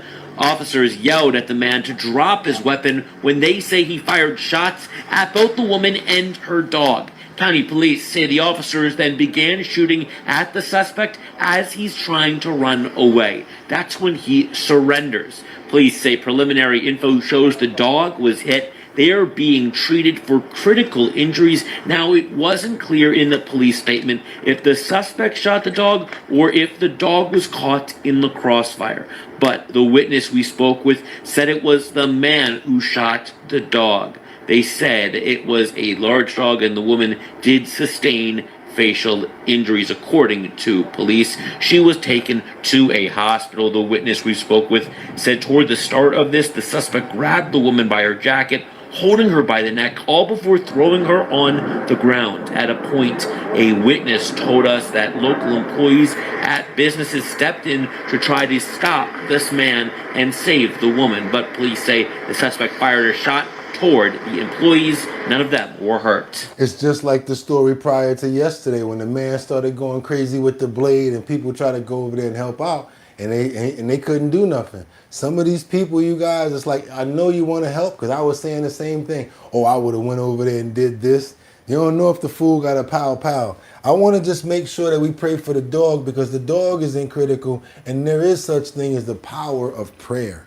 And that's what I like to do when it comes down to certain situations. You guys might say, oh, nobody got shot. I'm sorry, excuse me for saying that word. Nobody got pow. Yes, somebody did. The four-legged family member. So what we want to do is pray because the dog is in critical condition. And we want to pray that the dog has a full recovery from this tragic event. And we want to pray that he has a full 100% recovery because guess what? Animals and our dogs are just as important when it comes down to them being safe. Amen. I want to just let that get around us. We don't play that around here, especially when it comes down to our protectors, our family members, our dogs. We don't play that. Come on, let them know. We don't play it when it comes down to our dogs. Let's go. New York, Long Island. We got a worker. Remember this CVS story that I reported yesterday? This young kid could have been outside doing anything. Could have been selling D-rugs. Could have been doing something wrong with his life. But guess what? They called him into work at CVS. And what happens to him? He loses his life because he went to work. Terrible, tragic situation right here, you guys. It's like everywhere crazy stuff like this is going on. I just don't understand. We're looking for the suspect in the deadly stabbing of a CVS employee working on Christmas night. This happened at a store along Montauk Highway in Lindenhurst. And as News 4's Jessica Cunnington explains, police have identified a person of interest, but they're also calling out the store. Epstein Jr. wasn't scheduled to work on Christmas Day, but when he was called to fill a shift at CVS in Lindenhurst, he went to work, eager, as his family says he always did. But the 23-year-old would never come home. Police say he was stabbed to death inside just before 7 p.m. It appeared that this poor kid went to work, on Christmas, and, he was, again, assaulted while he was working behind the counter in the store. The store on Montauk Highway closed today, but Vincent Matthews came only to leave flowers. Horror. No one deserves to have their life taken on Christmas. Early this afternoon, Suffolk County Police Commissioner Kevin Catalina says they now have a person of interest in mind, but don't know what led up to the attack, calling out CVS and its policies for not immediately releasing video from inside the store to detectives. The video shouldn't have been held for 18 minutes, let alone 18 hours. So, again, it's been pretty frustrating. Quite frankly, that has hampered our ability to make an arrest in this investigation. The police commissioner says detectives worked through the night, speaking with witnesses who were inside and also canvassing for video at locations outside the CVS that led them to that person of interest. Crazy situation. So this kid just went to work at a CVS and this happened to him. Well, guess what? They caught his ass. The man accused of killing a 23-year-old CVS employee on Christmas night went before a judge today. And court documents say the suspect killed the man during an attempted robbery. News 12's Cecilia Dowd was the only reporter in the courtroom and brings us the story. This is 43-year-old John Palacio of Lindenhurst. He's charged with murder, accused of killing 23-year-old Adidson Sine at this Lindenhurst CVS Christmas night. According to court documents, the two were strangers. The alleged motive, money. The defendant allegedly in debt, and this an attempted robbery. Prosecutor Eric Abulafia said video surveillance captured Palacio walking throughout CVS. He approached where Sine was working behind the front desk, quote, violently lunging at him with a knife, stabbing him in the chest. The prosecutor said Palacio then jumped over the front desk to continue his, quote, vicious attack. He fled and was arrested Friday. The prosecutor said Palacio confessed to killing Sine, said he was in debt and the victim wasn't compliant with demands for money. Sine's cousin spoke briefly. It's very heartbreaking to hear. It's crazy what greed can do at this time. Palacio's attorney entered a denial to the murder charge, which is similar to a not guilty plea. On Friday, Suffolk Police Commissioner Kevin Catalina expressed frustration at CVS for not getting them the store surveillance video right away. That's why I didn't do the prayer yet, because I wanted you guys to see the continuation of that story and that he had got apprehended. I do want to pray now for the soul and a tragic event and make sure that this kid gets the right send off. Want to pray for his family as well as everybody who's been affected by this tragic event. Amen, you guys. Terrible, tragic situation right there, but luckily, at least they apprehended the person that did it. Let's go ahead and get those likes up, you guys, because these are the stories that we like to get out to let more people know what's going on. Yes, we cover serious news over here, not just joking and playing around. We don't just do one sort of news, current events, trending topics, and what's really going on. And I'm trying to get our message out. So when I ask you to do the likes, I really would appreciate it, you guys, because also, can you hit that notification bell down there? It lets you know when we're on. And if you haven't subscribed to the channel, what you waiting for? It don't cost nothing. Let's keep on moving forward, you guys. We got to get on over to Las Vegas because now we got some footage of a group of people stealing Labubu's from a Las Vegas store, a family-owned store at that. It's not like a big chain store or anything like that. So yeah, they're feeling it. And because of the fact that they just stealing in plain sight like that, it kind of hurts the family monetarily, of course. It's already hard out here to run a business. Now you got people stealing. Security footage right here capturing the moments leading up to thieves snatching multiple Labubus at a Las Vegas business and then taking off. 8 News Now reporter Jasmine Wook stopped by. I mean, you got the worst counter person that whoever you are behind the counter. I mean, you could be a little more vigilant and diligent and watching people. Because it's like you being like, he's not even paying attention to the girl up there that just caught one. I watched her steal one myself. I just saw the girl in the pink put one in her bag. Like, you serious? You that bad at watching? By the Cosmic Cat Claw arcade, so that's near Durango and Warm Springs, where the cashier recounts when he realized something was wrong. This small family-owned business hit by thieves right before the holidays. The target, Labubu's. I didn't realize what happened until after they left. By then it was too late. Security footage capturing the moment the Cosmic Cat Claw arcade was hit. Cashier Warren Croupiers recalls his interaction with the group. She didn't even put the whole damn Labubu in the bag. The head was still sticking out. He's terrible. A family came in, and right away they started distracting me, asking several questions. The children were making loud noises. In the meantime, they made sure I wasn't looking and started stealing things. Some in the group spotted stuffing multiple Labubus in purses and underclothing. So they did steal a custom-made Labubu. It was a gift to us when we opened. So we're very sad that was taken. Store owner Yolanda Dre says Labubus are their signature item. We have machines that have the Labubus in them, and we also have them on display for sale. Labubu got them La Cray Cray, and Labubu gonna have y'all La Broke. You keep on messing around. I don't know what to tell you, but you better get somebody else better behind the register or get some cheap minimum wage security going. I don't know what to tell you. Sorry, you guys, but yeah, they got them. Let's keep on going. Like somebody said, Labubu gonna have them La Broke. Let's keep on going, because whoever that is behind that counter, I mean, homegirl just said funk, and the head was still sticking out. Like, homeboy, don't you see that? What you gonna say? You came in with that? I'd have said, lock the door. Now everybody, come on, bags open. I need to see what everybody got. Because the one at the top then stole 2 or 3. Even a little kid seen them stealing and start taking. That's terrible right there, you guys. Let's keep on going. Now we got a situation where these minors got life for an ex-police chief, and it's a hit and run. Murder. And as they bragged about being minors and getting less time because of it. This story I'm bringing to you guys for a multiple amount of reasons. Minors is already aware of what could happen to them if they do something like this, but they still don't even care. Check this situation out here right now. That's why when it comes down to what was it Nancy Pelosi? No, it's not Nancy. It's Jeanine Pirro in Washington when she says that these crimes, more of these guys need to have more stiffer charges for the crimes that they commit.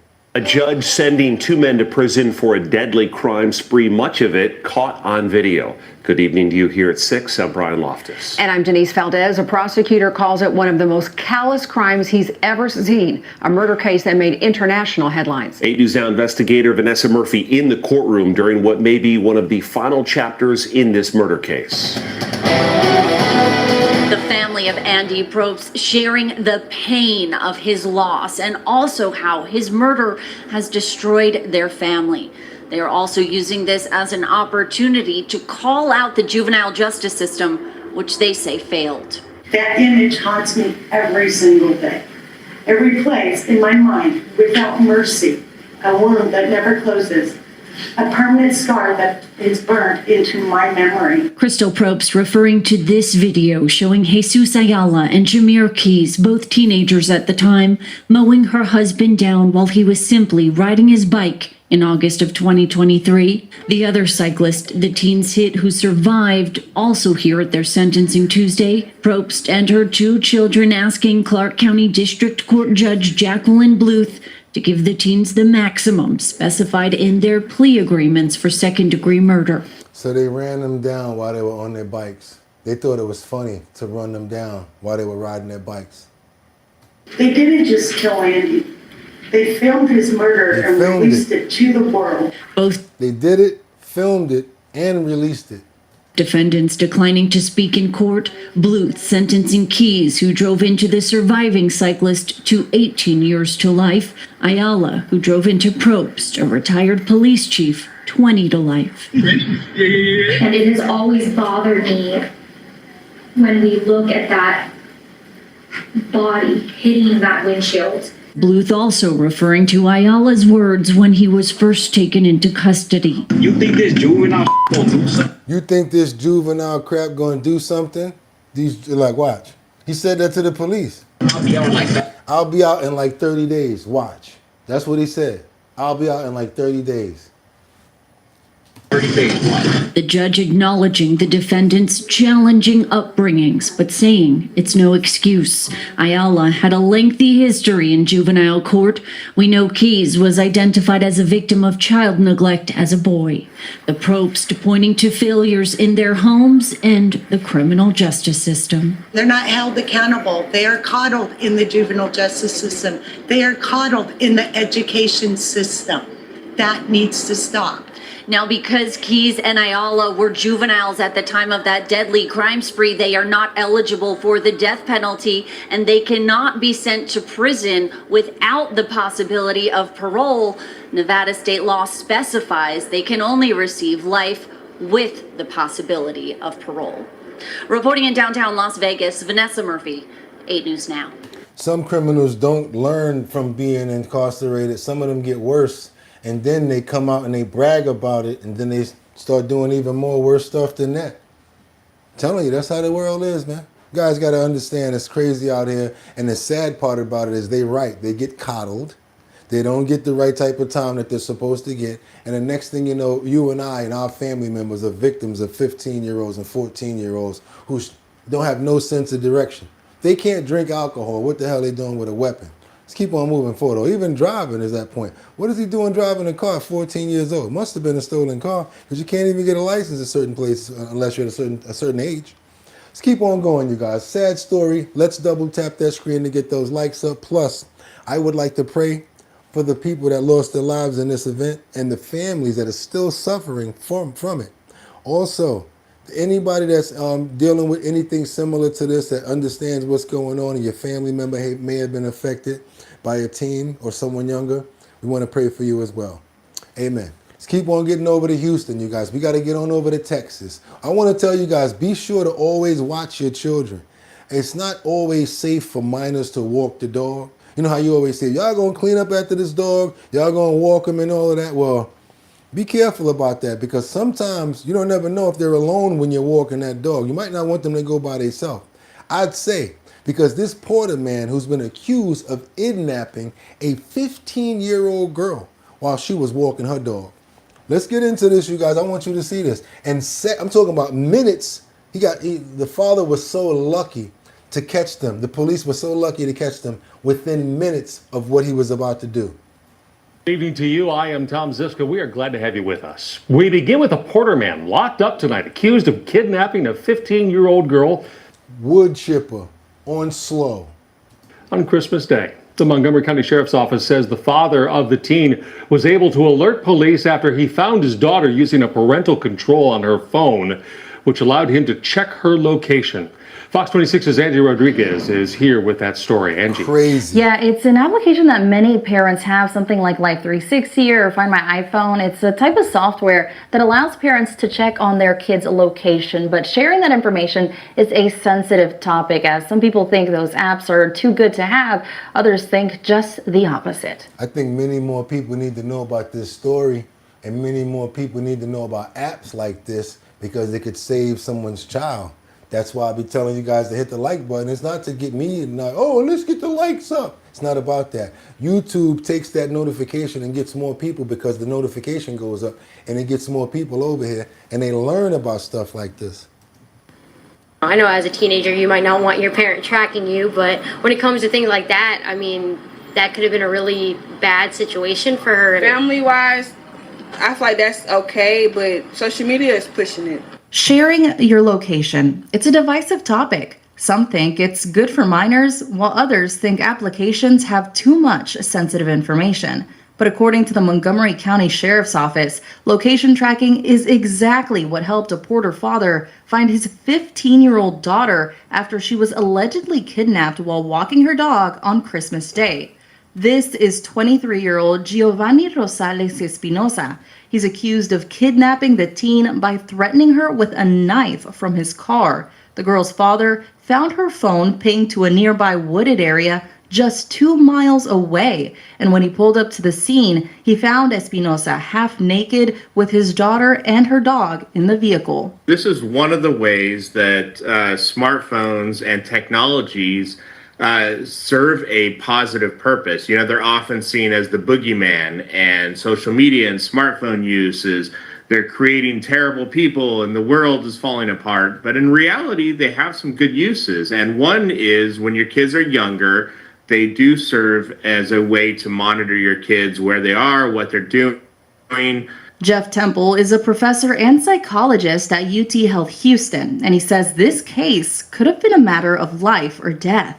I do think that it is really important to communicate both ways, from kid to parent and parent to kid, about how you're going to use this function. In the case with Porter, it worked out beautifully. It worked out as it should, and a life was likely saved because of this function. But we want to make sure that we don't over-police, and we want to make sure that we're communicating with our kids about when we use it, when we should use it, and have that sort of open communication so that the kids know that you're using it when it's appropriate, and that you only use it when it's appropriate. I don't know what you mean about when it's appropriate, because back in the day, if it would have been like, if we would have had apps when I was little, ain't no such thing about when it's appropriate. Boy, when you go out here, turn that damn app on, I'm going to tear your ass up if you don't have it on. And that's it. Okay, Ma, ain't all of that. But you're invading my privacy. What you just said? Invading your what? How about I invade, my mother worse than me. I told you, boy, I invade your ass right now if you don't turn that damn app on.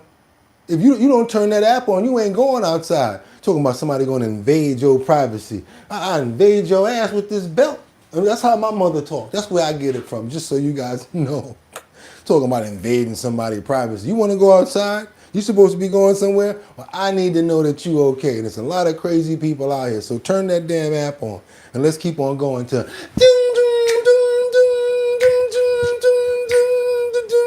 Now, what y'all want to do? Want to be ballers, shot callers, brawlers? Yes, we know he locked up. We know we don't like quoting them, but y'all don't say nothing about it when the other songs come on, right? Let's keep on going forward. That's right. We got a situation with Sebastian Teleflare, who was arrested and did some time where P. Diddy did some time at. He's got an update on how Diddy is doing his time and a little bit of information on what's going on in the jail. Former NBA player Sebastian Telfair is recounting his prison stint alongside Sean Diddy Combs. Telfair was just released after serving time for a probation violation related to a healthcare fraud conviction. He told TMZ, quote, "I couldn't imagine how Diddy felt, but Diddy's holding it down. He's doing what he's got to do. Diddy was living a rock star life, so I'm glad he's going to get the time to just relax. Diddy's in good spirits. He's still Diddy." Combs is serving out a sentence of a little more than 4 years on 2 counts of transportation to engage in prostitution, but his defense team is now working to get him released. So let's bring in Mercedes Colwin, criminal defense attorney. Mercedes, really good to see you. It's been a while. As part of the argument that Diddy's attorneys are making, they are saying, quote, and we'll put this up, defendants typically get sentenced to less than 15 months for these offenses. Even when coercion, which the jury didn't find here is involved, he sits in prison today serving a 50-month sentence because the district judge acted as a 13th juror. Where do you think this goes? They're trying to get a sentence reduced. Always great to be on with you. Let's be very frank about this case. You can't unsee what you saw, you can't unhear what you heard, and you can't unremember what you read. And it's clear that that judge took certain things in consideration that were part of the evidence, and it is permitted under the Mann Act. That is the psychological harm that took place on these victims. We're talking about Cassie Ventura and the other victim who actually testified as Jane.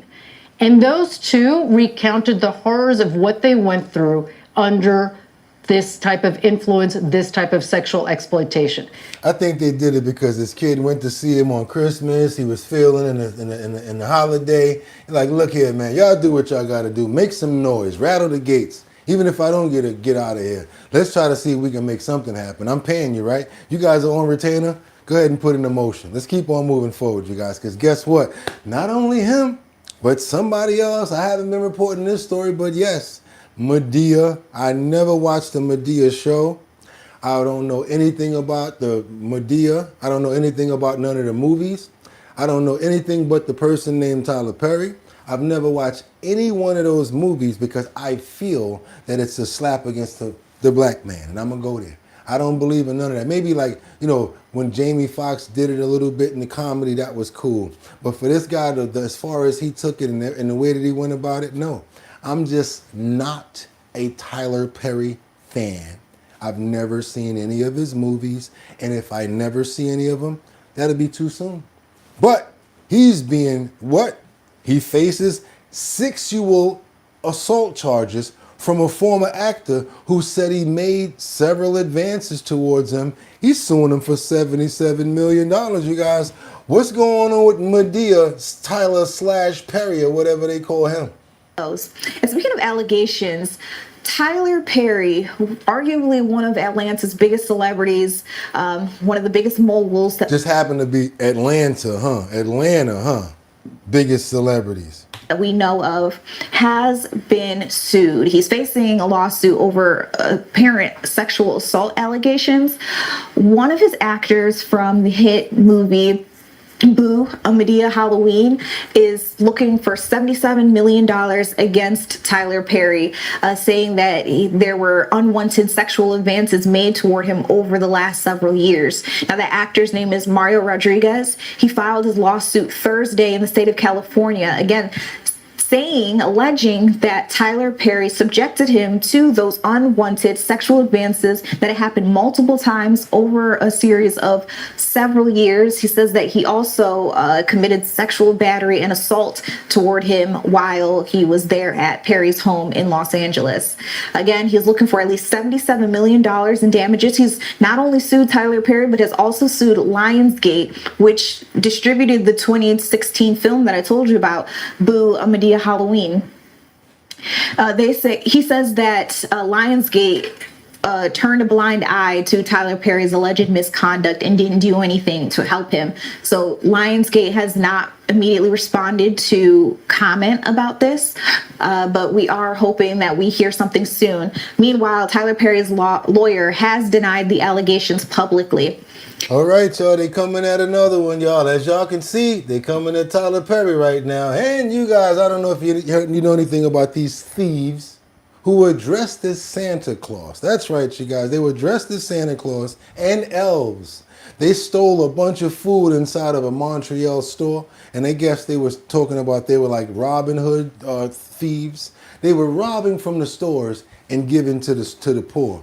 Check this out, you guys. A new report that just came in. With bells, bargains, and blinking red lights. This year, in Canada's Montreal, it arrived with shopping carts and a message.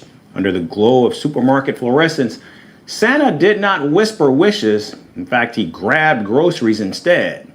Lining up to pay, St. Nick slipped into the night. The festive crime struck a nerve as Canadians grapple with rising food prices, record corporate profits, and a cost of living crisis that even Prime Minister Mark Carney has called a national pressure point. So they basically did a mosh, and they wound up at the supermarket, did a quick theft, and got up out of there with all the food that was in their carts. Over $3,000 worth of food, y'all. With trust in institutions wearing thin, some are taking matters into their own hands. Here's a look at what exactly happened. It was the week before Christmas when Santa came calling, not with toys, but with trolleys. In a Montreal supermarket late Monday night, red suits flooded the aisles. White beards bobbed between shelves. Masked elves fanned out, and carts filled quickly. Then, just as suddenly, the Santas vanished into the winter dark, leaving behind stunned staff and empty shelves. This was no festive flash mob. It was a heist, deliberate, choreographed, and political. As per Montreal police, roughly 40 people took part in the raid on a Metro grocery store in the Plateau Mont-Royal neighborhood around 9:15 p.m. Robin Hood Santas. Police say the group left without paying, stealing food worth an estimated $3,000. Then, hours later, an explanation arrived. An activist group, calling itself Robins des Ruelles, or Robins of the Alleys, claimed responsibility. In a statement titled, "When Hunger Justifies the Means," the group said the food would be redistributed to people struggling to eat amid Canada's cost of living crisis. We are working more and more just to afford food. A handful of corporations are holding our basic needs hostage. Now, if this started happening in the United States in different ways, I don't know. I mean, it's already happening in CVS. It's already happening in a lot of places, but I don't know about the redistributing part of it. But yes, they're already stealing. Let's keep on moving forward, you guys, because every time I see one of these sad animals that's floating around with all of these like barnacles on it, it always makes me feel terrible. It's like, oh my God, I know, what is that thing dealing with? And then the barnacle might have something coming out of it. It just looks so disgusting. But you know what does feel good and it makes me feel a little bit refreshing? When they actually get it all off and the animal is actually being able to be returned back into the ocean and you see the efforts that have been put into it. So yes, you guys, I've already given the meat of the story. But yeah, I saw this story and I said to myself, I don't like when I see stuff like that. So you know what? Let them see it, and I want to know what you guys think about this story here. It was absolutely unbelievable. They were just all over her. It was very sad to see her in that situation. That morning, we got a report of a turtle floating and struggling to swim. In the area where we were at, there's a lot of boat traffic. So I jumped in.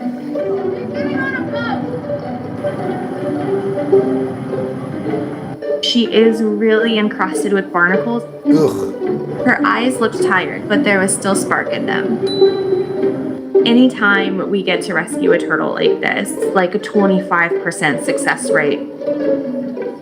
But we are going to try everything that we can to get her turned around. The first thing that we do is check their blood work and do x-rays. Because this is basically leeches living off of this animal, and basically every one of them is sucking something off of her, which is making her weak like that. That's why they got to get them off. She was really anemic and we needed to get her started on antibiotics. We saw that she was struggling in that really deep water. So for a few weeks, she stayed where her head was easy to get up above the water level. Every day that you came in and she was still alive, it just gives you a little bit more hope. You still have to not get your hopes up too high because she's not out of the woods. And As she got better, she really had this personality that kind of came out. Anytime you would come over to her, she would just open her mouth because she was hungry. Then when she started eating, it was like a cow.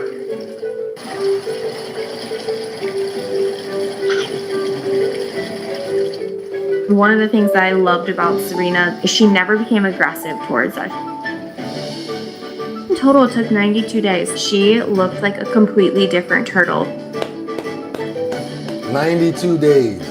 She was doing all the things right. She was swimming well, she was eating well.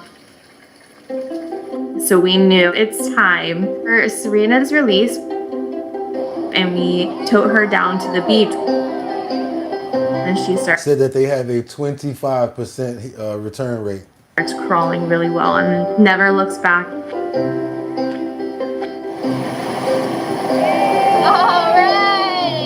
It's always bittersweet when you send them out because you do, as humans, form bonds with the turtles. She got her groove back, Fortunately, right? Turtle all power. 7 species of sea turtles are listed on the Endangered Species Act.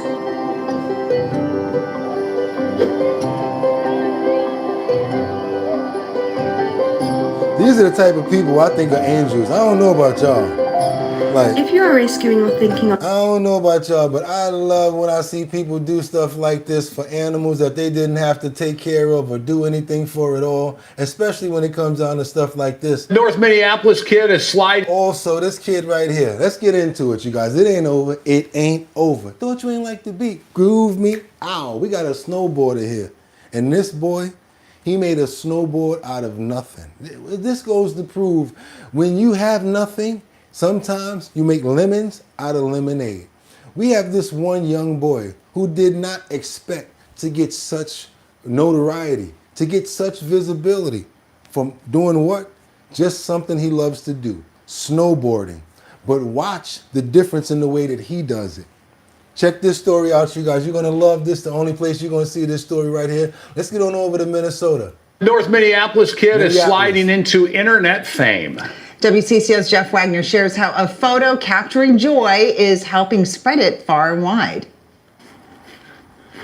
Snowboarding can be tricky. I literally have to do this. That was pretty good. It does not work. Especially if your board is designed for something else. What is it like to try and snowboard on a tote bin lid? It's kind of hard. But it's all 11-year-old Mickey Watkins has to work with right now. Along with the desire to emulate what the pros showed him last winter. And he just gravitated towards us and started hanging out and watching the guys snowboard. Photographer Mike Yoshida has captured incredible shots of snowboarders shredding mountainsides and soaring between man-made structures all across the world, including North Minneapolis, where a photo shoot earlier this year around a set of stairs and railing happened to include a curious kid. Intrigued, Yoshida snapped this photo of Mickey, showing them his style of snowboarding. In snowboard photos, a lot of time people are wearing goggles and are covered up. But not in this picture, as Mickey's eyes and smile reveal emotions snowboarders know well. Did it take you back to being a kid in a way? Absolutely. Yeah, I mean, I think pretty much any snowboarder can relate to like that first time they stood up and just slid down. It's a very simple process, but it just feels so good. Colin Wiseman is the content director for the Snowboarders Journal, which dives into the culture of the sport. Photos that make an issue's cover are often a mix of majestic settings and exhilarating stunts. But December's issue?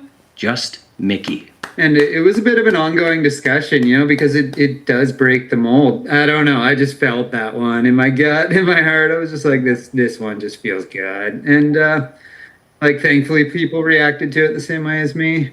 The reaction on social media was immediate, with many commenting how it's one of the journal's best covers ever, and Yoshida telling us it might be one of the most important pictures he's ever taken.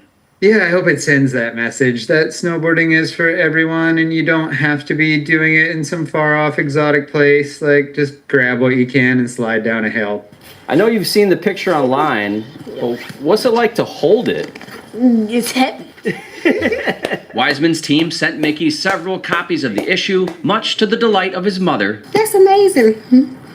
He should cherish that. He gonna cherish it. Capturing a moment that could be the start of something special.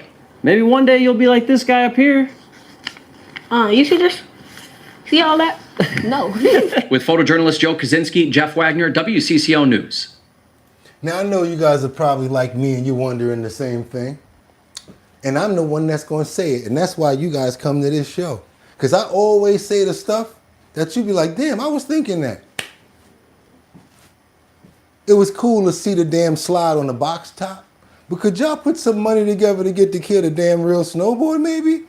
Anybody think about that? Or a GoFundMe going on for the snowboard? I know it's cool to see him sliding on the top, but guess what? He ain't getting too much distance. And we don't want him to break his neck going down the hill running, as you saw what happened when he got stuck on the bump because he's using a lid. So can we get the little brother a real snowboard if possible? Thank you. And you know how we can help him out? Tell him about our bottom line and tell him about the money that he could make if he hit that link in the description. The same way that you guys can make up to $350. That's right. There's $350 worth of surveys inside of the link in the description that you guys can make some money and I'll make some money too. Also, trying to promote your business, trying to get your business out there in front of more people, well, guess what? We have 61,000 plus subscribers. So if you want to get your promo in your business out there, you might be a lawn doctor, you might be a lawyer, you might be a plumber. I don't know what you do, but we want to help you if you're a member or you're subscribed to our channel. All you got to do is send over your promos in a 1080 by 1080 size frame, and we'll put it up in the post notification area up at YouTube. That's right, 1080 by 1080 is the size that's required in order for us to get that promo up there in that area. Also, you guys, you know what we're about to do right now. This is the Show Your Talent Search, sponsored by Big Drip Hard Punch. This is the sponsorship, the Show Your Talent sponsorship talent search, where we go to Manhattan, Bronx, Brooklyn, Queens, and Staten Island. Also, now we're on the internet. So the next time we do the talent shows, you guys will be able to show your talent too. You can't hide behind the camera anymore. There's a button you can press over there that says push to join. And I want to see you guys' talent, because you might be able to make $250 from the Show Your Talent search. I will be the host. And that's the talent search right there, sponsored by Big Drip Hard Punch and my DJ Don Dada, formerly of Black Ink Crew. We're going to be doing 2 more talent searches in New York, in Brooklyn, and we're going to be going right back out to the Bronx, you guys. So if you want to be a part of the Show Your Talent search, all you got to do is go over to the website, www.drinkbigdrip.com.